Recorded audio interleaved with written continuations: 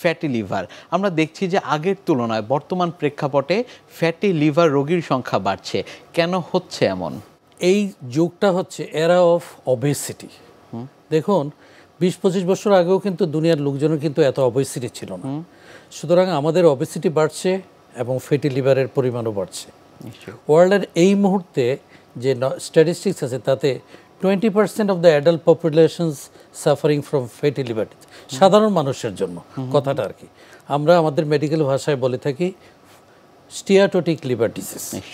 Normally লিভারের মধ্যে fat থাকে কিন্তু 5 to 10%, not more than that, এটা থাকে 5% পর্যন্ত। কিন্তু বেশি পরিমাণে ফ্যাট যখন জমা হয়, আগে চিন্তা করা হতো যে এই ফ্যাটটা হচ্ছে ইনার, তাদের নিষ্ক্রিয়তা জাস্ট দখল করে আছে, কিন্তু না, এই ফ্যাটগুলো যেখানে লিভারের মধ্যে যখন থাকে ওইখানে তারা প্রদাহ তৈরি করে।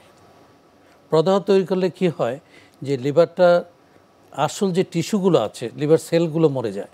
লিভার সেল মরে গেলে সেখানে আবার রিজেনারেটিভ নডিউল হয়, ফাইব্রোসিস হয় এবং আলটিমেটলি লিভারটা শক্ত হয়ে যায়। সো এটা একটা সাইলেন্ট হেলথ থ্রেট বলা যেতে পারে এই এখনকার সময়, এবং এটা অনেক রকমের কমপ্লিকেশনস ডেকে নিয়ে আসতে হবে।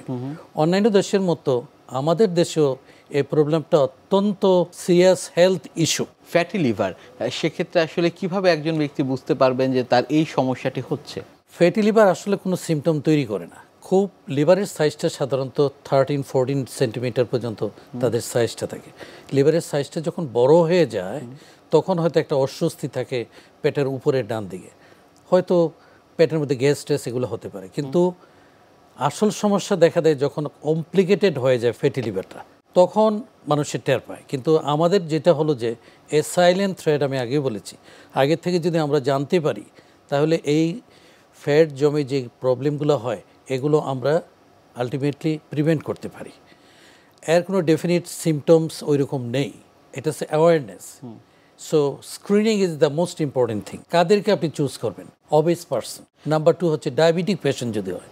এখনকার ডায়াবেটিস ম্যানেজমেন্টে বলা হচ্ছে কিডনি, চোখু এবং পায়ের সাথে সাথে আপনাকে লিভারের স্ট্যাটাসও দেখে নিতে হবে, আপনার স্টিয়াটোটিক লিভার ডিজিজ আছে কিনা। আগে এটাকে বলা হতো, ফ্যাটি লিভারটা আসলে দুই ভাগে ভাগ করে নিয়ে আমরা, একটা হচ্ছে অ্যালকোহলিক আর একটা non alcoholic. Non alcoholic fatty লিভারটা নিয়ে আমরা আলোচনা করব। এটাকে এখন বলা হয় metabolic dysfunction associated fatty liver disease, MASLD। আর এই ফ্যাটগুলো যখন লিভারে প্রদাহ সৃষ্টি করে তখন লিভার এনজাইমসগুলো বেড়ে যায়, তখন আমরা এটাকে বলি mash, metabolic dysfunction associated steatohepatitis. এটা হচ্ছে অ্যাওয়ারনেস যে আপনি যদি স্থূলতা থাকে, আপনার যদি ডায়াবেটিস বা প্রি ডায়াবেটিস থাকে, আপনার যদি রক্তে চর্বির পরিমাণ বেশি থাকে, আপনার অবশ্যই ফ্যাটি লিভার আছে কি না এটা স্ক্রিন করে নিতে হবে, অবশ্যই নিতে হবে। কীভাবে স্ক্রিন করা যায়? সিম্পল একটা আল্ট্রাসাউন্ড করলে আমরা বুঝতে পারি যে। নিশ্চয়ই পরীক্ষা নিরীক্ষার বিষয়গুলো আপনার থেকে আমরা জানবো, তবে তার আগে যারা চিকন এবং হচ্ছে যাদের ওজন কম তাদের অনেকের ক্ষেত্রে ফ্যাটি লিভার ধরা পড়ছে, সেটা কেন হয়ে থাকছে? ধন্যবাদ। এটা হচ্ছে এই জন্য বলা হচ্ছে যে মেটাবলিক ডিসফাংশনাল অ্যাসোসিয়েটেড স্টিয়াটোহেপাটাইটিস। দেখুন, ওবেসিটি থাকলেই যে আপনার ফ্যাটি লিভার থাকবে নট সবাই না, কিন্তু আবার নর্মাল হেলথ আছে তার যে ফ্যাটি লিভার হবে না এটাও কিন্তু নিশ্চয়তা নেই। কেননা ফ্যাটি লিভারের জন্য ধরেন নর্মাল ওয়েটের লোকদের কিন্তু ডায়াবেটিস হতে পারে, নর্মাল ওয়েটের লোকদের কিন্তু তাদের ডিসলিপিডিমিক হতে পারে, তাদের চর্বির প্রবলেম থাকতে পারে। এই জন্য দেখা যাচ্ছে যে অনেক সময় নর্মাল ওয়েটের ব্যক্তিদেরও কিন্তু ফ্যাটি লিভার থাকে। সো দ্য অ্যাওয়ারনেস যে কোনো কারণে যদি আপনার ডিসলিপিডিমিয়া থাকে, যদি ধরতে পারেন তাহলে আপনার ফ্যাটি লিভার আছে কিনা দেখেন।